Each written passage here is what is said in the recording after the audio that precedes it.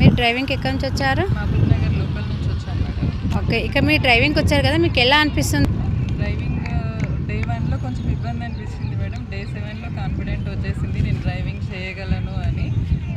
మామూలుగా మహిళలందరికీ కూడా, మా డ్యూటీస్కి వెళ్ళే వాళ్ళందరికీ కూడా మనం టైంకి బయటికి వెళ్తాము, ఆటో దొరకదు, దానివల్ల మనం నడుచుకుంటూ వెళ్ళే వరకు మనం వెళ్ళాల్సిన బస్సు వెళ్ళిపోతుంది, దానివల్ల మన డ్యూటీస్ అన్నీ కరెక్ట్ చేయలేకపోతున్నాం. సో మనం స్కూటీ నేర్చుకోవడం వల్ల మనం సెల్ఫ్ డ్రైవింగ్ చేసుకొని సెల్ఫ్ ఇండిపెండెంట్గా వెళ్తే మన పనులు మనం ఇన్ టైంలో చేసుకుంటాం. కాబట్టి అందరూ డ్రైవింగ్ నేర్చుకుంటే బాగుంటుంది అనేది నా ఒపీనియన్.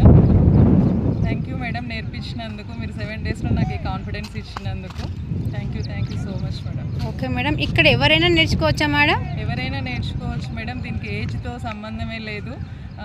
చిన్న పిల్లల నుంచి పెద్దవాళ్ళ వరకు ఎవరైనా కూడా నేర్చుకోవచ్చు madam. Okay madam, thank you.